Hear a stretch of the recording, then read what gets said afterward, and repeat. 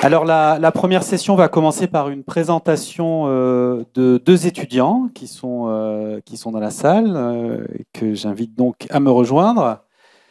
Alors, il s'agit de Camille Prieur qui arrive et de Bastien Gébel qui est déjà là.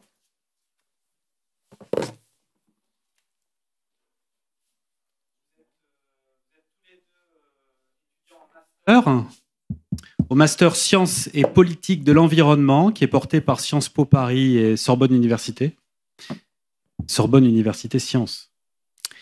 Et vous avez 10 minutes pour nous parler de cette expérience universitaire, professionnelle également, puisque vous avez déjà un certain nombre de stages derrière vous, et les réflexions que vous inspire le thème du colloque.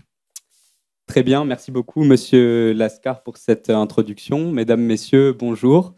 Et d'abord, merci beaucoup pour cette opportunité pour nous de prendre la parole aujourd'hui. Alors nous allons commencer notre intervention par présenter rapidement notre parcours académique et notre master. Et nous donnerons ensuite quelques pistes de réflexion pour introduire cette première session. Donc de mon côté, j'ai un parcours académique qui est très scientifique. J'ai fait une classe préparatoire aux grandes écoles et un magistère de physique fondamentale, et j'avais l'ambition de faire de la recherche en physique quantique. Et finalement, j'ai réalisé l'ampleur de la crise environnementale et la difficulté qu'ont les sciences à infuser les politiques sur ces thématiques-là. Et j'ai donc décidé de bifurquer et de m'orienter vers une formation qui me permettait de pleinement travailler sur ces enjeux. Bonjour à tous et à toutes. Pour ma part, j'ai eu une approche un petit peu en miroir de celle de Bastien. J'ai voulu, dès le début de mes études supérieures, me former pour la transformation écologique et sociale. Donc, j'ai décidé de rejoindre Sciences Po pour cette raison en licence. Mais je voulais aussi avoir une base scientifique assez solide pour pouvoir comprendre les enjeux socio-environnementaux, ce qui m'a amené à faire une licence de physique-chimie en parallèle de mes études à Sciences Po, et qui m'a ensuite amené au master que Bastien va présenter rapidement. Exactement, donc ces deux cursus complémentaires nous ont amené à rejoindre le master SPE pour Sciences et Politique de l'Environnement, qui a été créé en 2005 par Luc Abadi et François Ravetta, et qui est conjointement porté par Sorbonne Université et Sciences Po Paris. Donc en fait, l'objectif de ce master, c'est en quelque sorte de former une nouvelle génération de décideurs à même de prendre en compte les enjeux scientifiques et politiques des crises environnementales, afin d'accélérer la transformation écologique et, dans une certaine mesure, de contribuer à faire advenir une transition écologique juste, qui est le thème de cette première session. Et nous avons essayé donc de faire de cet objectif, de traduire cet objectif dans nos premières expériences professionnelles, puisque nous sommes actuellement en M2 et nous avons réalisé une césure entre nos 2 années de master. Donc personnellement, j'ai eu une première expérience au sein du ministère de la Transition énergétique, où j'ai travaillé sur un débat public sur la planification de l'éolien en mer, et une deuxième expérience au sein de l'ONG Reclaim Finance, qui travaille à la décarbonation du monde de la finance. Et de mon côté, j'ai travaillé 6 mois au sein de l'ADEME Normandie sur le soutien et au déploiement des low-tech comme solution de la transition écologique en Normandie. Et j'ai ensuite rejoint l'INRAE pour un projet de recherche en Pays de la Loire, pluridisciplinaire et de terrain, sur un dispositif de protection de la biodiversité qui s'appelle les obligations réelles environnementales, pour ceux qui connaissent. Et donc, ce parcours académique et ces expériences professionnelles nous ont donc amenés aussi à réfléchir sur la question de cette session. Quelle chance pour une transition écologique juste? Alors, dans le temps qu'on a, on aimerait développer 2 points de réflexion. Le premier, qui a largement été déjà abordé, c'est celui de l'interdisciplinarité. Alors, effectivement, il est sur le devant de la scène depuis déjà un petit bout de temps. On considère qu'il est vraiment essentiel à la fois sur l'expertise qui va conseiller les politiques publiques, mais aussi au sein des laboratoires de recherche. Mais ce qu'on a pu observer, c'est que s'il apparaît plus ou moins effectif pour ce qui est de concilier les sciences au sein même du champ des sciences de la nature, donc on peut dire la physique, l'écologie, quand il s'agit d'interdisciplinarité entre les sciences humaines et sociales et les sciences de la nature, ça paraît déjà un petit peu plus compliqué. Alors effectivement, de mon expérience, l'équipe que j'ai intégrée au sein du ministère de la Transition énergétique, elle était principalement composée d'ingénieurs, donc il y avait plus des compétences de physiciens. et qui ont mené un travail assez important avec une équipe ministérielle qui avait plus des compétences en écologie afin de pleinement intégrer les enjeux de biodiversité dans le choix des zones du déploiement des futurs parcs éoliens en mer. Donc en fait, dans mon expérience, le physicien et l'écologue, ils parlaient le même langage et ils arrivaient à se comprendre. Alors que ce que j'ai pu réaliser dans ma courte expérience de recherche au sein de l'INRAE, c'est qu'en fait, finalement, il ne suffit pas d'avoir un agronome, un écologue et un sociologue dans le même projet de recherche ou dans le même laboratoire pour qu'ils puissent avoir les mêmes compréhensions de leurs outils d'analyse et de travail respectifs. Du coup, la question qu'on se pose, c'est comment aujourd'hui préparer une base de connaissances mutuelles suffisante à la compréhension réelle de ces outils de travail respectifs. Et en fait, on considère que les sciences sociales sont un outil absolument essentiel pour comprendre les leviers qui permettent d'insérer de la justice au sein de la transition écologique. Et à ce titre, on pense qu'elles doivent être considérées également aux sciences qui sont dites dures, à la fois au sein des institutions de recherche, mais également au sein de l'expertise qui guide les politiques publiques environnementales. Ensuite, pour notre deuxième piste de réflexion, on voulait parler de l'inclusivité des sciences. On considère que des sciences qui participent à une transition juste sont aussi des sciences qui vont inclure différentes formes de création du savoir, différentes formes d'expertise, et on pense notamment à l'expertise qu'on pourrait qualifier expertise d'usage, qui repose sur des expériences de terrain. On peut penser par exemple à un agriculteur ou une agricultrice qui a une connaissance fine de son terrain, ou encore au travail très qualitatif que les associations naturalistes mènent dans les territoires. Et donc, comment le monde académique peut aujourd'hui dialoguer avec ces formes d'expertise et comment penser les projets de recherche pour réaliser ce dialogue. Et on a mentionné ce qui s'est passé avec l'INRAE récemment. Je trouve que c'est d'autant plus dur que les méthodes de l'INRAE sont assez inspirantes en ce sens, puisque beaucoup aujourd'hui de ces programmes de recherche reposent sur des entretiens semi-directifs, des enquêtes de terrain, même des méthodes d'expérimentation avec les acteurs qui sont directement concernés. Alors, dans une seconde partie de cette intervention, et devant, selon nous, la lenteur de la transition écologique qu'on peut observer, on souhaiterait apporter quelques éléments sur la question du rôle que les sciences et les scientifiques peuvent jouer dans l'accélération de cette transformation écologique. Et on va répondre à cette question en deux temps.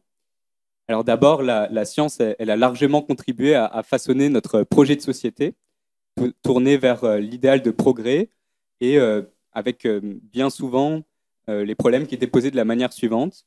D'abord, on faisait de l'innovation grâce aux sciences, et ensuite on se posait la question de l'utilité sociale des résultats.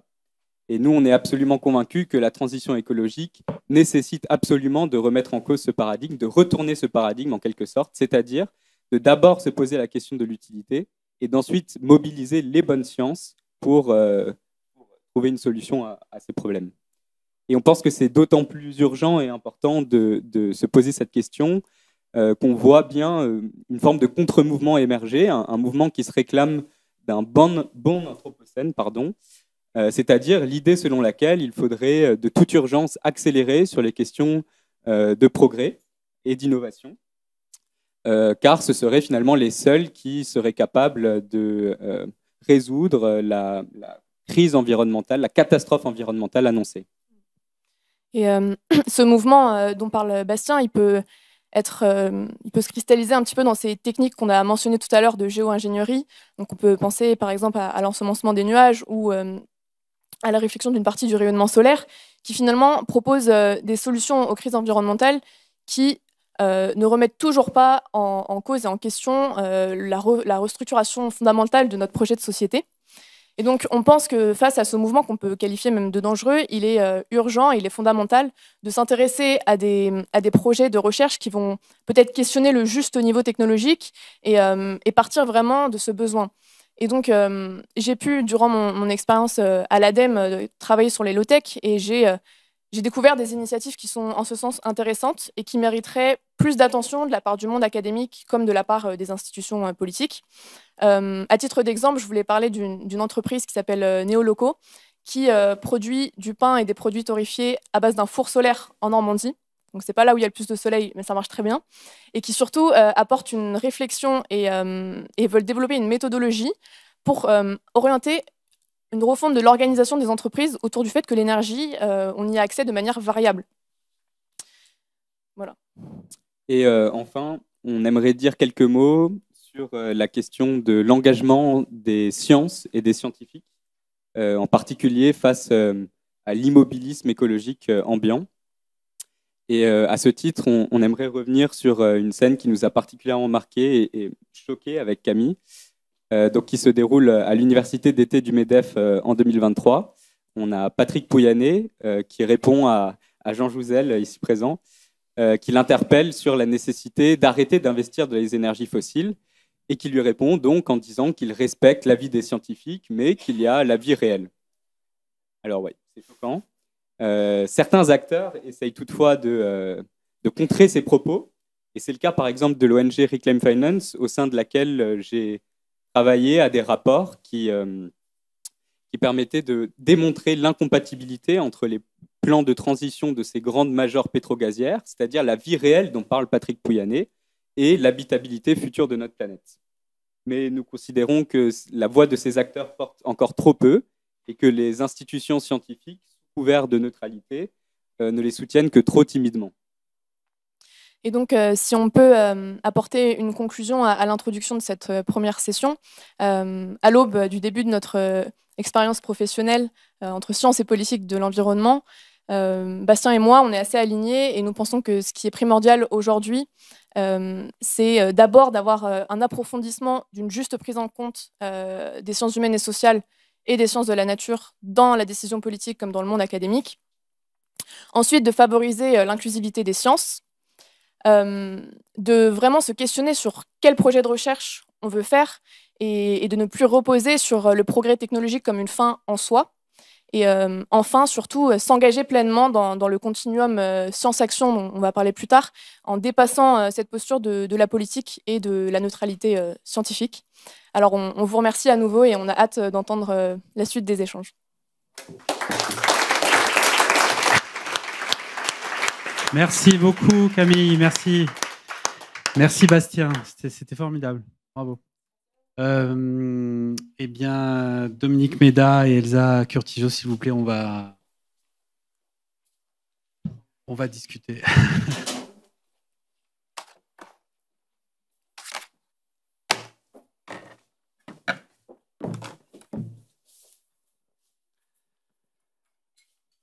Alors oui, sur le programme, il était annoncé 2 prises de parole consécutives, mais on en a discuté ensemble. Et puis, vous m'avez dit, c'est pas plus mal de faire une table ronde qui porte pas son nom, quoi. Enfin, une discussion, voilà, un dialogue. Alors cette session, elle est quand même intitulée « Quelle science pour une transition écologique, juste ». Dominique Méda, vous êtes philosophe et professeur de sociologie à l'Université Paris-Dauphine PSL. Vous avez bien d'autres activités, mais on aura peut-être l'occasion d'en évoquer certaines. Elsa Curtijo, paléoclimatologue de formation et d'exercice. Et ancienne directrice du laboratoire des sciences du climat et de l'environnement, le LSCE, ancienne directrice de la recherche fondamentale au CEA, mais là vous allez parler plus spécifiquement d'une agence de programme climat, biodiversité et société durable que vous dirigez. Alors, pour commencer, peut-être sur la parole même des scientifiques. Dominique Méda, les scientifiques connaissent beaucoup de choses, mais on constate que la parole a des difficultés à passer dans la société civile ou auprès du politique. Est-ce qu'il y a quelque chose qui coince dans la parole des scientifiques ? D'abord, bonjour à toutes et tous. Je suis très contente d'être ici et puis d'avoir ce dialogue ensemble. Est-ce qu'il y a quelque chose qui coince ? Je crois que les collègues en introduction l'ont bien rappelé. Il y a d'abord un certain nombre de scientifiques dans certaines disciplines connaissent les choses, essayent de nous alerter. Et le problème, c'est qu'en effet, ils ne sont pas entendus, sans doute de moins en moins entendus, à la fois peut-être on y reviendra, par des collègues d'autres disciplines. Je pense que c'est un point très important. La manière dont les différentes disciplines, on a dit jusqu'à maintenant, travaillent ensemble ou travaillent les unes contre les autres. Et la façon dont aujourd'hui la parole des scientifiques est véritablement remise en cause. Pierre-Marie a parlé tout à l'heure de l'académie. Alors ça m'a fait dresser l'oreille parce que moi j'ai été sollicitée l'an dernier pour me présenter à l'académie, et donc j'ai eu la chance de faire la campagne et de rencontrer tous nos académiciens des sciences morales et politiques. Donc 45 personnes, dont 4 femmes, ou 3 à l'époque, je ne sais plus. Et donc, j'avais présenté un projet qui portait à la fois sur le travail, mais aussi sur la réconciliation, ou du moins la possibilité de coopération de l'Académie des sciences et de l'Académie des sciences morales et politiques, c'est-à-dire dépasser le grand partage entre sciences humaines et sociales et sciences naturelles. Eh bien, je crois que je peux dire que parmi l'ensemble des personnes que j'ai rencontrées, la quasi-totalité ne pensait pas que le climat était un problème. Et en effet, peu après, il y a eu ce colloque organisé par l'une des membres de l'Académie des sciences morales et politiques au cœur de l'Institut, qui était clairement un colloque climato-sceptique. L'idée étant, bien sûr, que le climat se réchauffe, mais vraiment, est-ce qu'il y a un lien avec les activités humaines? Donc, je crois que là, on est quand même un cran plus loin dans la remise en cause de la parole scientifique. Et si on remonte encore un peu plus haut, souvenons-nous du rapport Limits to Growth en 1972, donc très important. Moi, j'adore les travaux d'Amida Ange. Non, mais le livre très important qui a été fait sous la direction d'Amida Ange, qui s'appelle Les modèles du futur, dans lequel une des personnes raconte en détail la manière dont le rapport Limits to Growth, qui déjà nous alertait sur l'ampleur des dégâts prévisibles, la manière dont ça a été reçu par certains autres scientifiques et aussi par le monde politique. Juste d'un mot, il y a le président de la Commission européenne, le vice-président de la Commission européenne de l'époque, Siko Mansholt, qui lit le rapport Limits to Growth, qui est complètement bouleversé et qui écrit une lettre à son président pour dire que l'Europe doit engager très vite une bifurcation écologique. Et sa lettre, malheureusement, fuite. C'est Georges Marchais qui s'en empare et qui se sert de cette lettre pour faire voter non au fameux référendum qui, en 1972, est présenté aux Français pour savoir si on va accepter l'entrée de 4 nouveaux pays dans l'Union européenne. Donc voilà, ça fait 50 ans qu'on est dans cette espèce de danse où les scientifiques essayent d'alerter et où ça ne marche pas, d'une certaine manière. Alors, il y a aussi peut-être un problème dans la profusion de messages contradictoires et notamment des lignes de route qui sont complètement divergentes entre les personnes qui se soucient de la question environnementale et les économistes. Oui, je pense qu'en effet, on a 2 grands obstacles. C'est d'une part ce que les auteurs Conway et Orest ont appelé les marchands de doute, donc le rôle des lobbies entraînés par les grandes industries et qui parfois entraînent dans leur croisade des scientifiques, donc rôle des lobbies d'une part, et d'autre part, moi en effet, parfois j'ai envie de pointer le doigt vers les économistes. Alors ça a déjà été fait. On a montré par exemple l'importance de la critique de Nordhaus, de William Nordhaus, donc l'économiste qui aura le prix Nobel en 2018 pour ses travaux sur le climat. Mais c'est lui qui, lorsque paraît le rapport Limits to Growth, dit qu'il faut mettre ce rapport à la poubelle parce que ce rapport ne prend pas en considération les prix et donc ne peut pas être cru. Et donc c'est vraiment lui qui contribue à ce que ce rapport soit mis de côté. Il développe un autre modèle, qui est d'ailleurs le modèle que continue à utiliser le GIEC. Et moi, ça fait très longtemps que j'essaye d'enquêter sur la manière dont les climatologues et les économistes travaillent ensemble. Et il y a eu un rapport qui m'a vraiment beaucoup intéressé récemment d'un climatologue. Je voulais demander à Jean ce qu'il pensait de ce climatologue. Un climatologue qui s'appelle Tim Lenton, qui a écrit avec la Fédération des actuaires britanniques en 2023, là tout récemment, et qui dit, en gros, non seulement Nordhaus n'a rien compris aux travaux des climatologues, il les a lus à l'envers, il a lu Lenton et il a compris le contraire, et en plus, globalement, tous les modèles que l'on utilise dans la banque, dans la finance et qui sont produits par les économistes sont des modèles complètement hors sol qu'on ne peut pas croire, qui reposent sur des hypothèses absolument non plausibles. Et j'en ai parlé l'autre jour avec quelqu'un qui travaille à la Commission européenne sur ces questions et qui me disait l'OCDE est en train de se rendre compte de ça aussi. Que les choses sont 6 à 7 fois plus graves que ce que les modèles prédisent. Et, me disait cette personne, il faudra que les économistes rendent des comptes. Alors, les économistes ont du boulot, là, on le voit. Le monde politique lui-même, il n'est pas exempt de critique dans la façon dont il écoute ou qu'il n'écoute pas les scientifiques. Oui, je pense qu'il y a un problème d'organisation quand même. C'est Alain Beretz, vous savez, c'était l'ancien DGRI avec qui j'ai travaillé parce qu'on était ensemble justement au jury de l'ENA il y a quelques années. Et il avait fait paraître un papier dans The Conversation qui était assez intéressant et qui montrait combien le pouvoir politique, gouvernement et surtout cabinet ministériel, était peu entouré, était peu conseillé sur ces questions-là. C'est-à-dire, bon, il y a l'Office parlementaire des choix scientifiques et techniques, il y a normalement un conseiller à l'Élysée, à Matignon, qui s'occupe des questions scientifiques, mais il n'y a pas une organisation qui permet de tenir au courant régulièrement, de façon permanente et en attirant l'attention sur les points essentiels. Il n'y a pas une organisation qui permettrait de faire ça. Alors, Beretz proposait qu'il y ait un conseiller spécial, voire un comité spécial chargé de cela, c'est-à-dire non pas chargé des liens avec un peu institutionnels, mais chargé vraiment d'éclairer la réflexion des décideurs. Qui de fait, il y a un autre point très important, hein. Moi j'ai fait l'ENA il y a très longtemps, alors il n'y avait aucun scientifique et de toute façon on nous apprenait pas ça. Alors en ce moment à l'INSP, les choses sont un peu en train de changer, il y a une direction de la recherche qui essaye justement d'inciter à ce qui est une formation par la recherche et à la recherche. Il n'empêche que on ne sélectionne pas les futurs dirigeants, en tout cas de la fonction publique, sur leurs compétences scientifiques dans ces matières. Par ailleurs, ce rôle de conseiller, ça existe dans d'autres pays, non? Je crois qu'au Canada, il y a ça. Oui, et en Angleterre aussi, je crois.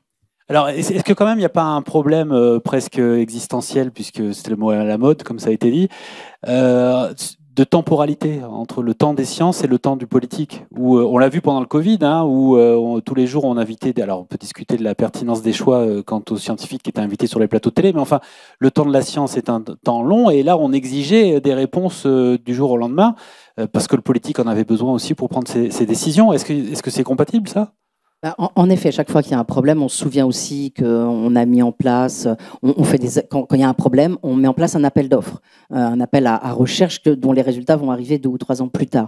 Donc je pense que c'est quand même pas ça qu'il faut faire. On a parmi les chercheurs et les différents instituts une réserve extraordinaire de connaissances. Donc ce qu'il faut, c'est perpétuellement mettre en place les canaux qui vont permettre aux travaux scientifiques d'irriguer en permanence, régulièrement, les politiques, qu'il s'agisse du Parlement ou du pouvoir exécutif.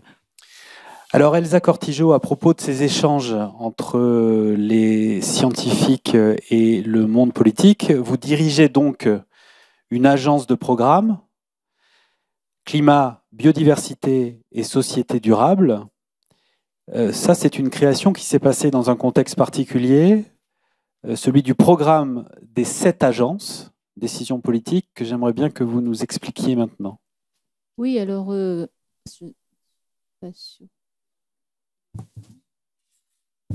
Plus simple, merci.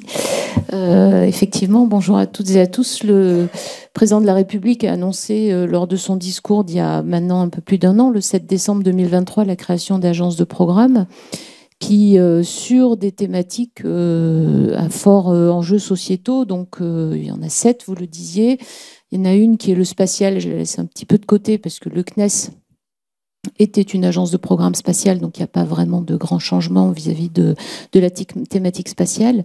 Mais en revanche, il a été décidé de faire porter par 6 organismes nationaux de recherche des thématiques sur 6 enjeux sociétaux. Donc je vais les énumérer en essayant d'en oublier aucune. Donc climat, biodiversité et société durable a été confié au CNRS, vous venez de le dire.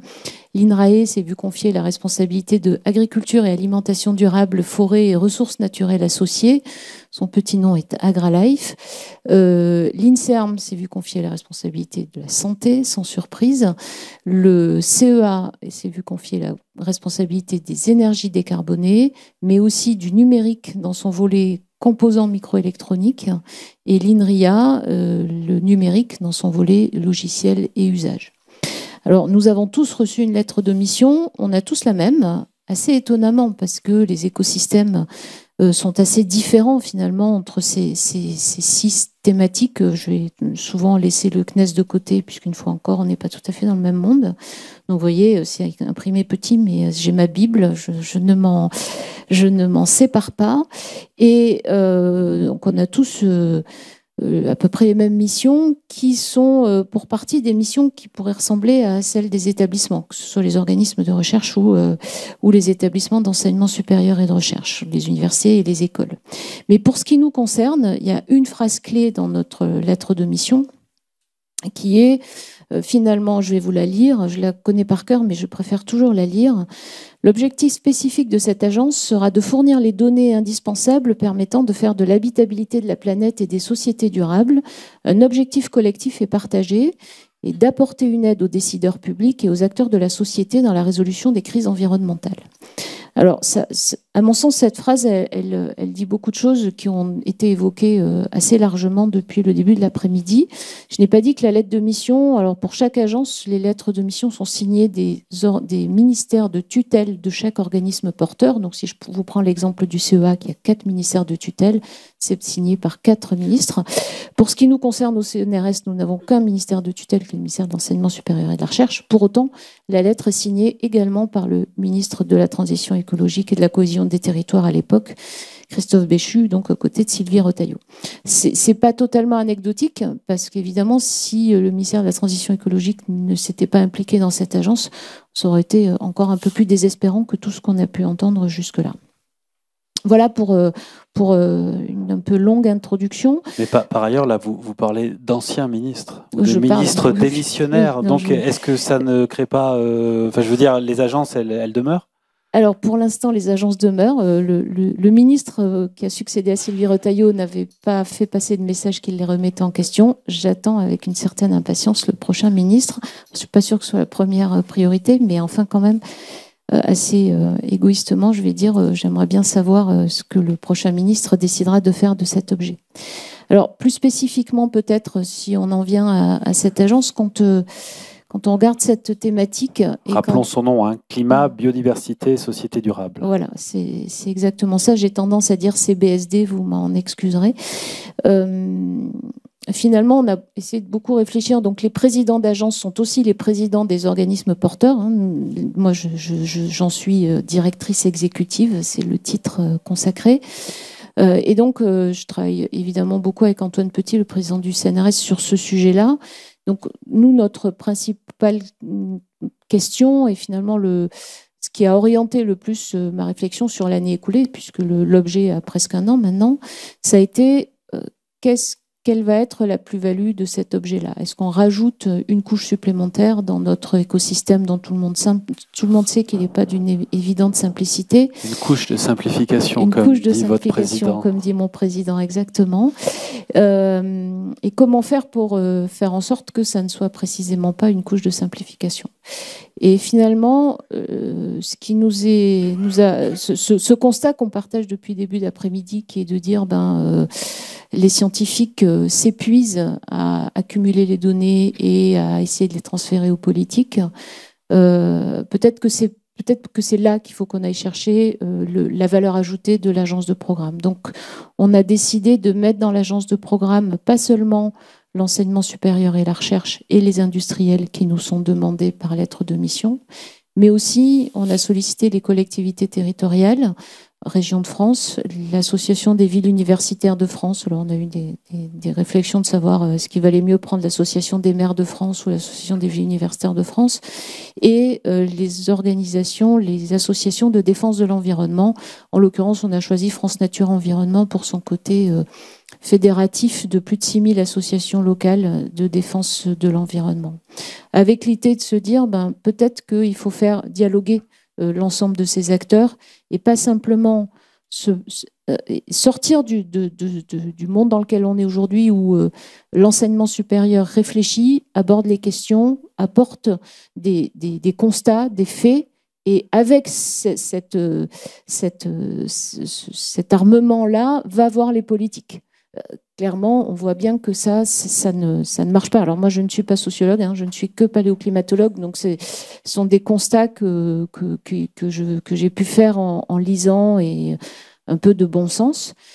Et si on essaye de se dire, retournons un peu la perspective et faisons en sorte que l'agence soit plutôt un lieu où on écoute la société civile, je le dis de manière générique, en incluant finalement tout ce qui n'est pas recherche, et qu'on transforme ces questionnements issus de la société en questions de recherche, plutôt que de dire les questions de recherche, elles ne sont pas décorrélées de la société, mais elles traitent les problèmes, elles traitent les sujets avec l'angle des scientifiques qui les prennent. Prenons les questions par ce qui est apporté par la société et transformons-le en question de recherche. Donc on est au début du processus parce que ça, ce que je suis en train de vous décrire là, ça n'est pas prévu dans la lettre de mission. Donc peut-être que les ministères signataires de cette lettre vont nous dire no way et on arrête tout. On verra bien. Mais c'est comme ça qu'on a décidé d'avancer. Un petit warning avant de laisser la parole. Évidemment, c'est propre à notre agence. Donc, vous pouvez être amené à entendre parler des autres agences. Aucune autre agence n'est partie sur une telle perspective. Ils sont partis dans ce qui est demandé, c'est-à-dire proposer des programmes. On l'a aussi fait sur commande ce printemps, puisque la ministre de la Recherche a demandé à toutes les agences de proposer des programmes. On a fait l'exercice, évidemment, mais c'était un exercice one-shot avec une dotation de 300 millions d'euros pour les 6 agences. Il n'y a rien de tel qui s'annonce pour la suite. Donc là, pour le coup, dans un souci de simplification, on ne va pas s'amuser à préparer des programmes dont on ne sait pas s'il y aura des financements au bout. Voilà. Mais pour prolonger, non, au contraire, pour prolonger sur l'agence, je crois que vous m'aviez dit qu'il y avait quand même 36 partenaires quand on fait la somme de tout. J'ai oublié l'essentiel, en effet. Donc ça doit être quand même d'une assez grande complexité de réunir tous les représentants de tous ces organismes autour d'une même table. Il y a un lieu qui incarne l'agence, il y a des moments, des réunions. Alors, il n'y a pas de lieu qui incarne l'agence. Donc, effectivement, 36 partenaires, un grand nombre, évidemment, issus de l'enseignement supérieur et de la recherche. Depuis je pense, dans l'agence, le plus petit organisme de recherche que nous ayons, c'est l'Institut national d'études démographiques. Et puis, le plus gros en termes de masse de recherche, c'est probablement le CNRS. Les établissements d'enseignement supérieur et de recherche, que ce soit les universités ou les grandes écoles. Et les établissements également hospitaliers ont demandé à rejoindre l'agence. Ils sont dans l'agence santé et dans l'agence AgriLife, sans surprise aussi. Mais Universcience a demandé à rejoindre l'agence. Donc voilà, on a un ensemble. La vie de l'agence se passe via le comité des partenaires, qu'on essaye de garder au niveau des présidents d'organismes, de manière à ce que ça reste un lieu stratégique, et donc qui ne se réunit que 2 fois par an. Là aussi, ce sont des modes de fonctionnement assez différents d'une agence à l'autre. Et puis, derrière, il y a un comité opérationnel qui est issu de plusieurs mondes autour de moi pour essayer de faire vivre l'agence au quotidien. On est dans une phase de réflexion, donc il n'y a pas réellement encore d'action emblématique à mettre en avant. Bon, voilà, parce que je ne voudrais pas mettre la charrue avant les bœufs, puisque l'agence est récente et jeune. Donc, est-ce qu'on peut néanmoins évoquer déjà des recommandations qui sont formulées ou c'est déjà vraiment trop Oui, anticiper la chose? Non, je n'irai pas en termes de recommandations. On a une ambition là qui nous reste à faire valider par l'État, qui est finalement de travailler une stratégie nationale dans le domaine. Les partenaires sont tous d'accord pour y travailler. Bon, on verra si l'État est d'accord aussi. Dominique Méda, on a abordé la question depuis le début de ce colloque, mais finalement au travers d'une agence comme celle-là, c'est aussi la question de l'engagement des chercheurs qui se pose. Cet engagement des chercheurs, il ne va pas toujours de soi parce qu'il y a aussi un présupposé autour de cette démarche qui est que le chercheur qui s'engage, il perd une forme de neutralité. Est-ce que cette idée, elle colle vraiment à la société comme le sparadrap au doigt du capitaine Haddock ou est-ce que ça se calme? Qu'est-ce que vous en pensez? Alors, je pense qu'il y a différents degrés d'engagement. Ce qu'a raconté Elsa, ça ne me semble pas de nature à attirer les foudres de ceux qui n'aiment pas que les scientifiques s'engagent. Mais c'est vrai que je voudrais revenir un instant là-dessus. Souvent, on dit le scientifique ne doit pas s'engager, sinon il se comporte comme un militant. Et s'il se comporte comme un militant, eh bien, c'est pas bien. Son propos ne vaut rien. Alors, d'où vient cette idée que le scientifique ne devrait pas s'engager? Elle vient de Max Weber, hein, le sociologue, donc, qui a écrit, dont on pensait qu'il avait écrit en 1917 ou 19, selon le savant et le politique. Et qu'il y avait là une conférence dans laquelle Max Weber aurait affirmé que le scientifique ne devait pas s'engager, qu'il était interdit de s'engager et qu'il fallait au contraire qu'il respecte absolument la neutralité axiologique. Et il y a quelques années, il y a un travail très important qui a été fait par Isabelle Kalinowski, une germaniste qui a retraduit une grande partie des travaux de Max Weber et qui a découvert, petit 1, qu'il n'y avait pas une conférence, mais 2 conférences, et qui a refait complètement le contexte dans lequel avaient été écrites ces conférences, et qui a montré, parce que la première traduction de ces conférences, c'est Julien Freund qui les a faites, et avec une préface de Raymond Aron. Ce que montre Isabelle Kalinowski, qui a écrit donc en 2005, qui a republié ces conférences sous le titre « La science, profession et vocation ». Ce qu'elle montre, c'est qu'en fait, la traduction de Julien Freund était largement fausse et faussée, qu'elle avait été faite pour contrer les appétences marxistes des jeunes à l'époque. Hein, il y avait la diffusion du marxisme, donc il fallait arrêter ça. Et Weber n'a jamais parlé de neutralité axiologique, mais de non-imposition des valeurs, et il distingue tout à fait, d'une part, ce que le professeur ne doit pas faire avec son amphithéâtre, avec ses étudiants. Il ne doit pas leur imposer ses valeurs, en effet.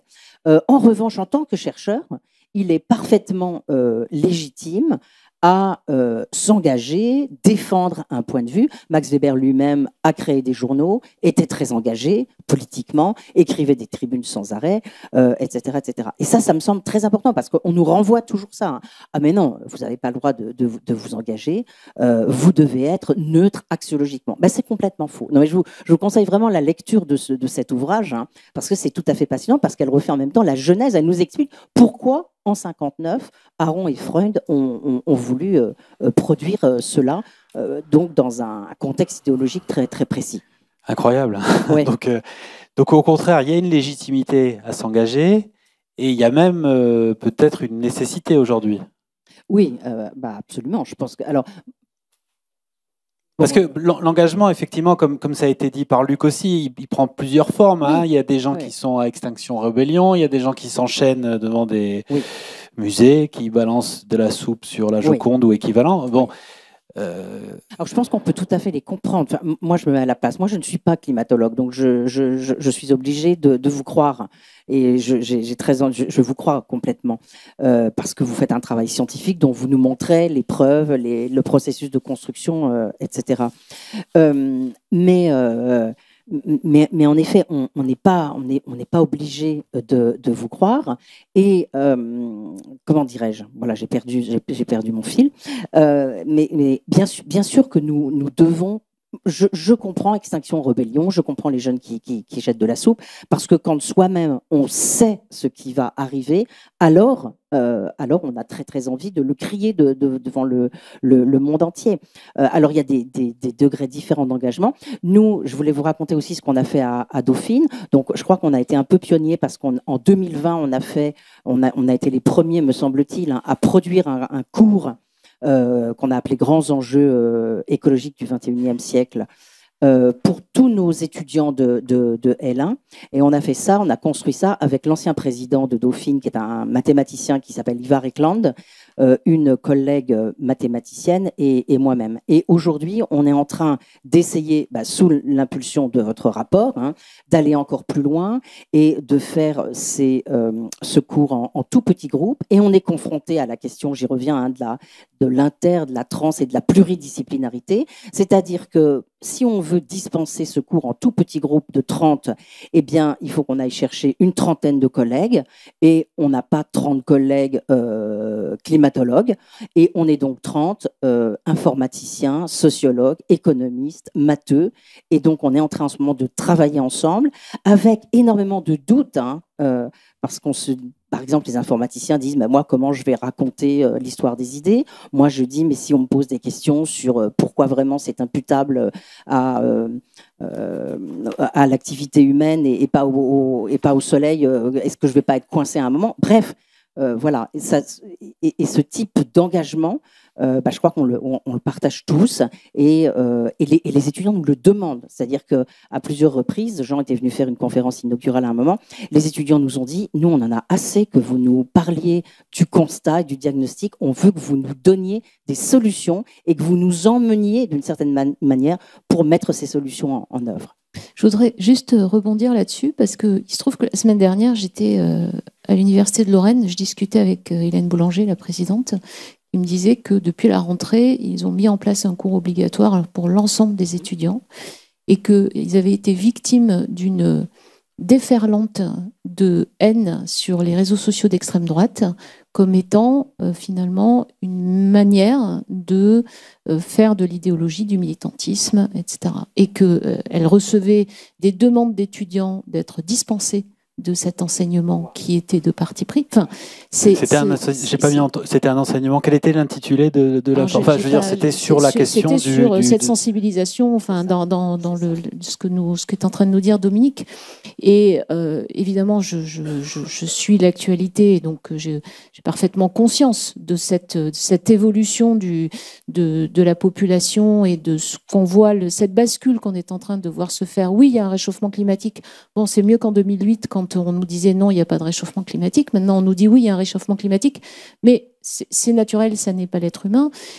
Et de voir que finalement, dans une université, 60 000 étudiants, hein, l'université de Lorraine, c'est pas une petite université. On a tendance à oublier le poids que ça représente. Qui est une déferlante de haine sur les réseaux sociaux, comme ce qu'Hélène m'a décrit. Ça donne à réfléchir quand même. C'est-à-dire exactement ce qui s'est passé ou ce qui se passe en ce moment avec l'éducation à la sexualité finalement, exactement comme les ABCD de l'égalité. Et d'ailleurs, je vous racontais tout à l'heure ma petite aventure avec l'Académie des sciences morales et politiques. J'ai eu exactement ce discours-là aussi. Quelqu'un m'a dit les ABCD de l'égalité rendent les adolescents homosexuels. Alors, sur la question de l'engagement, il y a un point qu'on n'a pas abordé encore, mais que vous m'aviez dit, une typologie singulière quant à la façon de s'engager pour les scientifiques. Vous me parliez des procès. Ah oui, oui. Le procès peut être un bon lieu, justement, pour exposer ses idées. Oui, c'est-à-dire l'idée que je reprends de votre introduction, hein, qu'il faudra bien rendre des comptes, qu'il y a des personnes qui devront rendre des comptes, donc il y a des procès. Et j'aime bien ce que raconte Corinne Lepage, qui dit que aujourd'hui, finalement, la meilleure manière de faire avancer les choses, c'est de faire des procès. Faire des procès à l'État, faire des procès aux gens qui n'ont pas pris les bonnes mesures, leur faire peur dans cette mesure. Et en vous parlant de ces procès, je pensais à un très beau livre de Dominique Bourg qui s'appelle « Désobéir pour la terre, défense de l'état de nécessité ». Et lui aussi, il montre, il y a eu un fameux procès à Lausanne où pour la première fois on a reconnu l'état de nécessité, c'est-à-dire que on ne pouvait pas faire autrement que de faire telle action.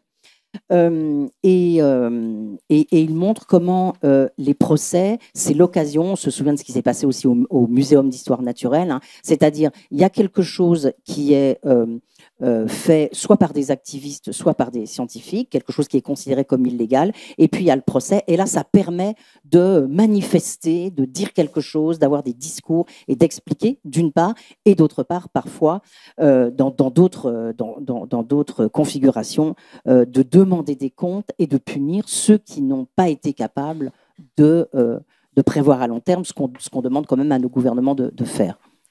Alors ça peut être des circonstances qui organisent un bon transfert de connaissances vers la société civile, peut-être. Elsa Cortijo, cette question du transfert, c'est quand même la finalité d'une agence comme celle que vous dirigez.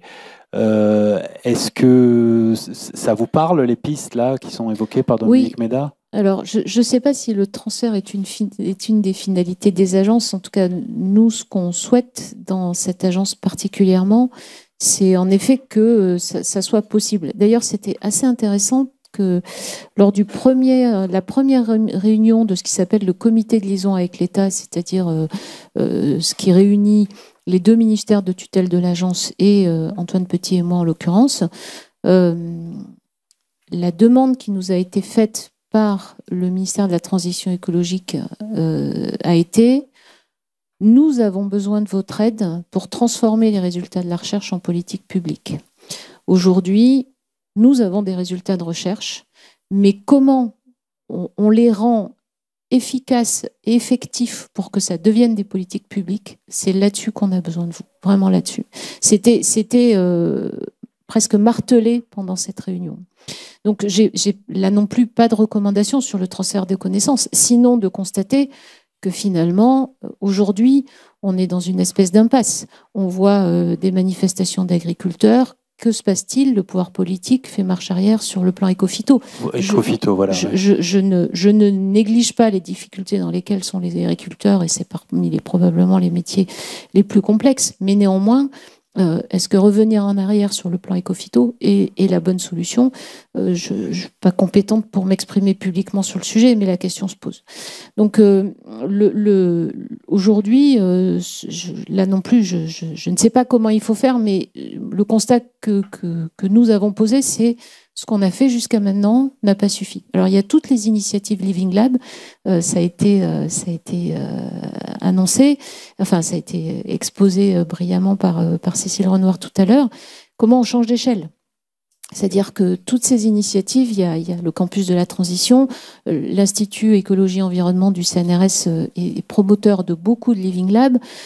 Tout ce qui concerne les solutions fondées sur la nature sont des objets qui sont testés dans les Living Lab.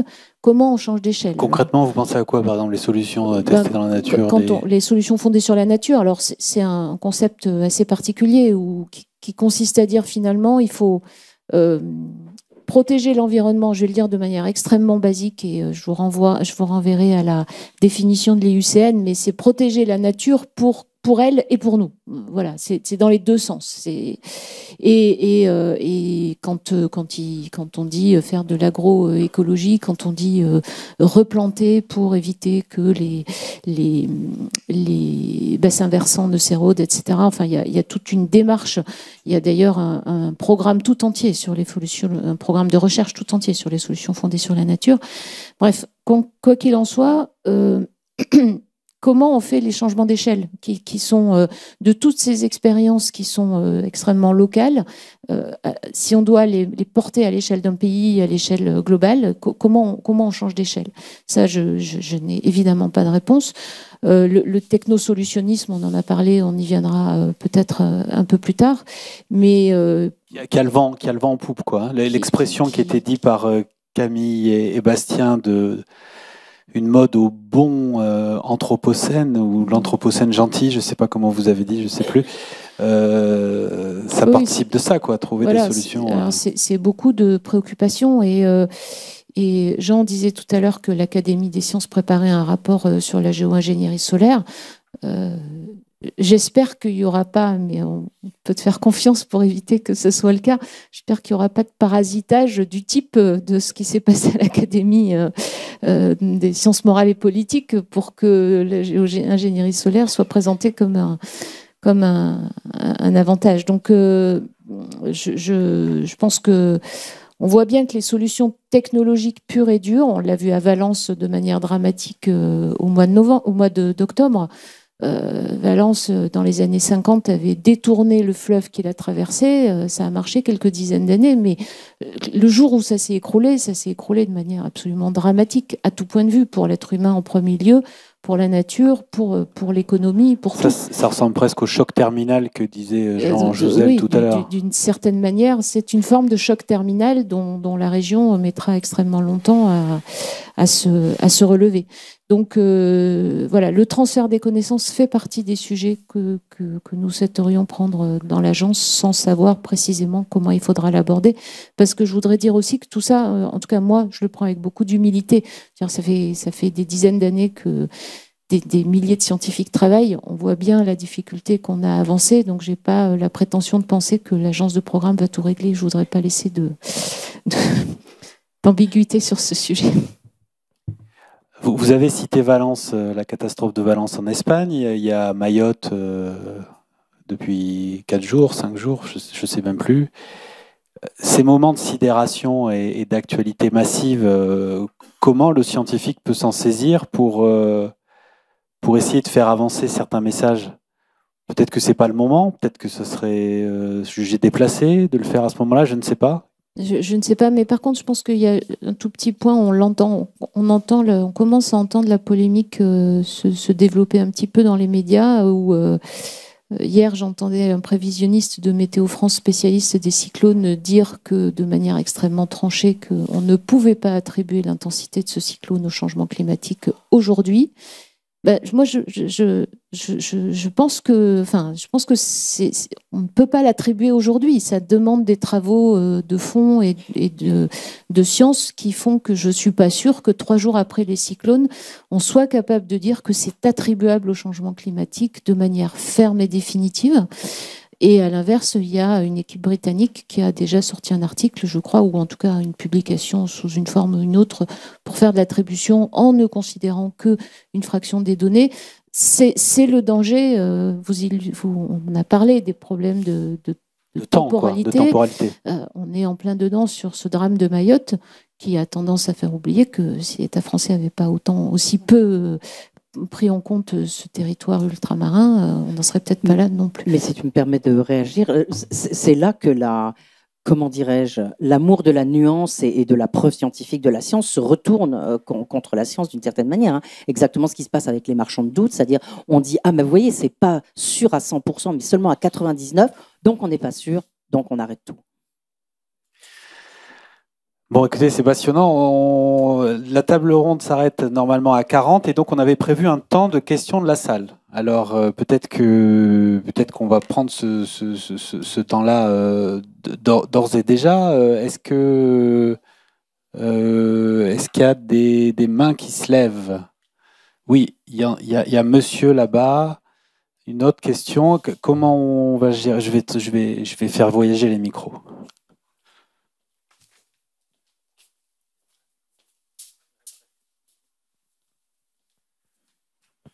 Merci bien. Olivier Talagrand, directeur de recherche honoraire au CNRS. Est-ce que vous pouvez dire des choses sur la manière dont les scientifiques doivent se comporter, d'une part, vis-à-vis des politiques qui viennent les interviewer, d'autre part, vis-à-vis des journalistes? Les uns comme les autres ne viennent pas vierges de toute idée, et pas seulement uniquement pour s'informer. Ils ont des idées derrière la tête. Est-ce que vous pouvez en dire un peu plus? Si, ça ne sort pas de...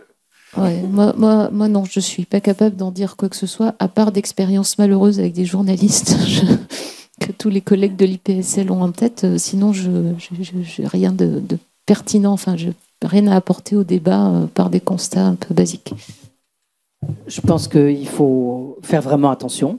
Avec les journalistes, toujours demander à relire ce qu'on a fait, peut-être enregistrer la conversation, peut-être la rendre publique une fois qu'on l'a eue et la mettre sur un blog, un site, quelque chose, et idem avec les politiques. Et en tout cas, essayer en effet d'élargir l'audience pour que ça reste pas soit quelque chose qui tombe dans un trou et qui sera jamais utilisé, soit...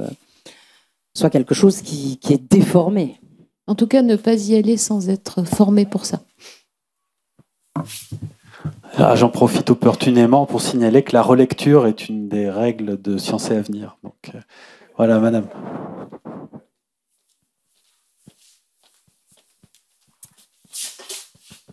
Bonjour, Florence Sabat, je suis hydrologue au CNRS. Moi, je me demandais, donc là, c'est vraiment un colloque sur la responsabilité des scientifiques, mais à écouter ce qui a été dit, j'ai l'impression qu'on a envie que les scientifiques un petit peu donnent la recette, quoi, finalement, alors que ça a bien été dit, finalement, on doit aller vers la société, et c'est la société qui choisit. Et donc, je voulais savoir comment vous voyez les choses. Est-ce que c'est que voilà, de la communication, de la formation? Moi, j'ai l'impression que ça ne suffit pas complètement. Mais qu'en même temps, le passage du scientifique au politique ne fonctionne pas non plus. Donc, voilà. Je vais faire un parallèle qui n'est pas très heureux, mais il se trouve que dans mes fonctions antérieures, là, quand j'étais au CEA, j'ai pas mal travaillé avec des collègues de la direction de la recherche technologique du CEA sur des problématiques de santé, donc rien à voir. Et puis j'ai découvert un monde extrêmement intéressant où finalement, aujourd'hui, technologiquement, on a plein de moyens pour développer des outils. Je sors du monde du climat, de la biodiversité, etc. On a plein de moyens pour développer des outils qui, vus dans une tête de scientifique, pourraient être d'une grande aide pour certains types de handicap. Finalement, quand on prend le temps de travailler avec les personnes porteuses de ce handicap-là ou sur lequel on s'est dit « Ah, j'ai une idée absolument géniale, je suis sûre que ça va révolutionner la vie de la personne handicapée en question », quand on prend le temps d'échanger avec lui, de co-construire avec lui et d'écouter le besoin pour appliquer la recette techno dont on dispose, on n'aboutit pas du tout au même outil. Et ce que j'essaye d'expliquer sur l'agence, c'est un peu ça, d'une certaine façon. C'est avant de dire, nous, la question scientifique qui nous paraît absolument fondamentale, c'est telle question, c'est même pas se poser cette question-là, c'est aller voir toutes ces entités que j'appelle la société civile au sens large, et d'en construire nos questions scientifiques. Alors évidemment, je ne dis pas que tout le monde doit faire ça. Les organismes ont leur mission et les personnels de recherche au sens large, qu'ils soient chercheurs, ingénieurs, enseignants-chercheurs, ont aussi leur vocation à faire leur recherche selon les questions qu'ils se posent. Mais là où je pense que l'agence peut se positionner, c'est sur se retourner le truc, vous voyez, et pas simplement se dire j'ai des super résultats, je dois les faire passer. C'est dans l'autre sens que je voudrais le prendre. Je ne sais pas si j'y arriverai, hein, mais c'est dans l'autre sens que je voudrais le prendre. Si je peux réagir aussi, bien sûr que les scientifiques, comment dirais-je, les résultats des scientifiques ne suffisent pas, mais ils sont absolument indispensables. Et après, il faut un effort gigantesque de tous les autres, des autres scientifiques, je dirais. Alors moi, je pense toujours, je suis désolée, je suis obsédée par les économistes, parce qu'aujourd'hui, c'est quand même les économistes qui tiennent le haut du pavé. Hein, c'est eux les conseillers du prince, c'est eux qui sont à Bercy. Enfin, bon voilà. Donc, il faut un effort gigantesque des autres économistes. Par exemple, le rapport Pisani-Ferry, Mahfouz, c'était très important parce qu'ils ont chiffré le financement qu'on devait mettre dans la transition écologique. Après, l'effort des politiques doit être gigantesque également, c'est-à-dire ils doivent être capables, y compris dans les partis, les partis réfléchissent quand même très peu à ça, c'est-à-dire être capable de voir de faire des scénarios sur 20 ans pour voir comment on va faire bifurquer la société, et puis effort aussi de tout le monde, des collectifs, des individus, etc., pour transformer ce que nous disent les scientifiques, en effet, en politique publique. Monsieur. Oui, bonjour, Pierre-Luc Bardet, enseignant-chercheur en biologie à Sorbonne. J'avais une question. En fait, vous avez un petit peu commencé à répondre à ma question par rapport à l'agence. Vous avez proposé d'inverser en disant les questions ne doivent pas venir des scientifiques eux-mêmes, mais de la société. Mais en même temps, dans toute la première partie, on a beaucoup insisté sur l'interdisciplinarité, la transdisciplinarité. Or, la façon dont la recherche actuellement s'empare des questions de la société, c'est souvent de façon très dans un silo, dans une question, et ça conduit souvent à des réponses technosolutionnistes, en fait. Et donc, pratiquement, vous avez commencé à expliquer avec un exemple que je partage, mais pratiquement, comment est-ce que vous voulez vous y prendre pour essayer de favoriser cette recherche-là sans se faire embarquer dans à nouveau une recherche en silo avec chaque discipline qui trouve la solution magique technologique? Alors, l'agence n'a pas vocation à faire de la recherche. Donc, ça n'a pas vocation à devenir... Pour l'instant, l'agence, je le dis en plaisantant, en toute humilité, une fois encore, l'agence, c'est moi. C'est-à-dire qu'il y a pas de personnel dans l'agence. Alors, et Antoine Petit aussi, mais je veux dire par là qu'on n'a pas recruté. Il y a des agences qui ont recruté, nous, on n'a pas recruté. Et on sera sans doute amené à recruter, mais pas pour, vous voyez, pas pour être opérateur de recherche. C'est pas l'objectif. Ce qu'on voudrait faire là, c'est, je vous le disais, proposer à l'État une stratégie dont peut-être il sera décidé de décliner des programmes de recherche et on verra comment on les met en œuvre pour faire cette interdisciplinarité. Il y aura probablement beaucoup à gagner à aller voir comment ça se passe dans des endroits comme le campus de la transition, dans des Living Labs qui mettent en œuvre dans une échelle donnée ce type de pratique. Pour construire cette stratégie, d'abord, ce qu'on a fait valider par le comité des partenaires, c'est qu'on se donne 2 ans pour le faire et pas pour dans 3 mois. Et l'idée, c'est de poser les questions stratégiques, prendre le temps de poser ces questions stratégiques issues du monde qui nous entoure, à l'extérieur de la sphère de l'enseignement sup-recherche. Et je ne vais pas rentrer dans le comment parce que c'est très très préliminaire et que je passe beaucoup de temps. Alors ça fait longtemps que je n'avais pas lu autant que depuis que je fais cette fonction-là, probablement depuis ma thèse, mais j'essaye de voir comment justement construire de manière efficace, élaborer ces questions-là. C'est pas complètement trivial. En tout cas, j'ai pas trouvé de solution pour l'instant. Donc, je sais pas vraiment vous répondre en fait. Sinon que quand on en sera à la mise en œuvre, à proposer que des équipes de recherche travaillent sur ces sujets-là, on aura fait, je pense, le plus dur finalement. Bonjour, Isabelle Gounand, écologue au CNRS. J'avais 2 petites questions sur l'agence aussi. On vous parlait du fait de faire remonter en fait les questions de la société. Et moi, je me demandais comment vous envisagez de gérer le fait qu'il puisse y avoir des intérêts divergents. Donc ça, c'était une première partie. Et d'autre part, est-ce que parmi les partenaires auxquels vous avez fait appel, est-ce qu'il y aurait des gens qui font des recherches en sciences politiques? Parce que j'imagine que ce soit d'ailleurs en économie, mais aussi en sciences politiques, il y a des choses à regarder pour dans quelle mesure les systèmes politiques mis en place coincent les choses pour amener la transition écologique. Bloc. Alors cette double question sera la dernière. Alors je vais essayer d'être rapide.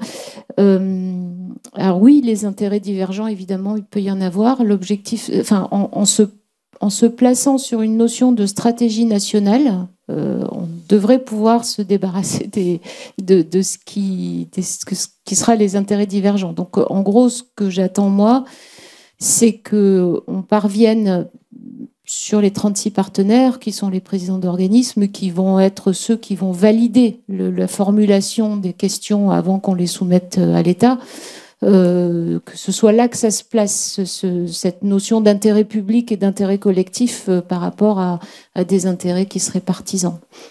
Le deuxième point, c'est que les partenaires de l'agence, c'est des institutions. Le CNRS est partenaire de l'agence. Il est le porteur, mais il est aussi partenaire. Et la représentante du CNRS dans le comité des partenaires de l'agence est Marie Gaille, la directrice de l'Institut des sciences humaines et sociales. Ça n'est pas Stéphane Blanc, le directeur écologie et environnement, ou Nicolas Arnaud, le directeur des sciences de l'univers. C'est Marie Gaille. Et puis, si je prends l'Institut national d'études démographiques, ce ne sont que des chercheurs du monde des sciences humaines et sociales. INRAE est partenaire, il a aussi son lot de chercheurs en sciences humaines et sociales. Enfin, beaucoup des partenaires présents autour de la table sont porteurs des disciplines que vous mentionnez. Alors, moi pas, bien sûr, mais les gens autour de la table portent ces disciplines-là. Donc, dans les groupes de travail qu'on sera amené probablement à faire réfléchir, toutes ces disciplines seront évidemment représentées. Je ne sais pas très bien comment on va faire, mais typiquement là, on va, pour diverses raisons, lancer un travail de réflexion sur le sujet One Health, qui préoccupe beaucoup de monde et dont on entend beaucoup de choses, entre les 3 agences, AgriLife, CBSD et Santé, et il y a beaucoup d'experts en sciences humaines et sociales qui vont être mobilisés dans cette réflexion-là aussi. Dominique Méda ? Non, mot de la fin ? Bon, écoutez, merci. Alors, je voudrais juste dire un point, oui. C'est féliciter les 2 doctorants, enfin les 2 étudiants qui ont pris la parole au début, parce que je pense que c'était assez remarquable. Absolument, oui. Un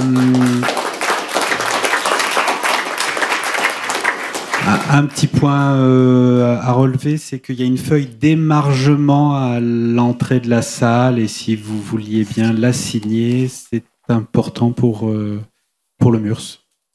Merci, on reprend à 16h.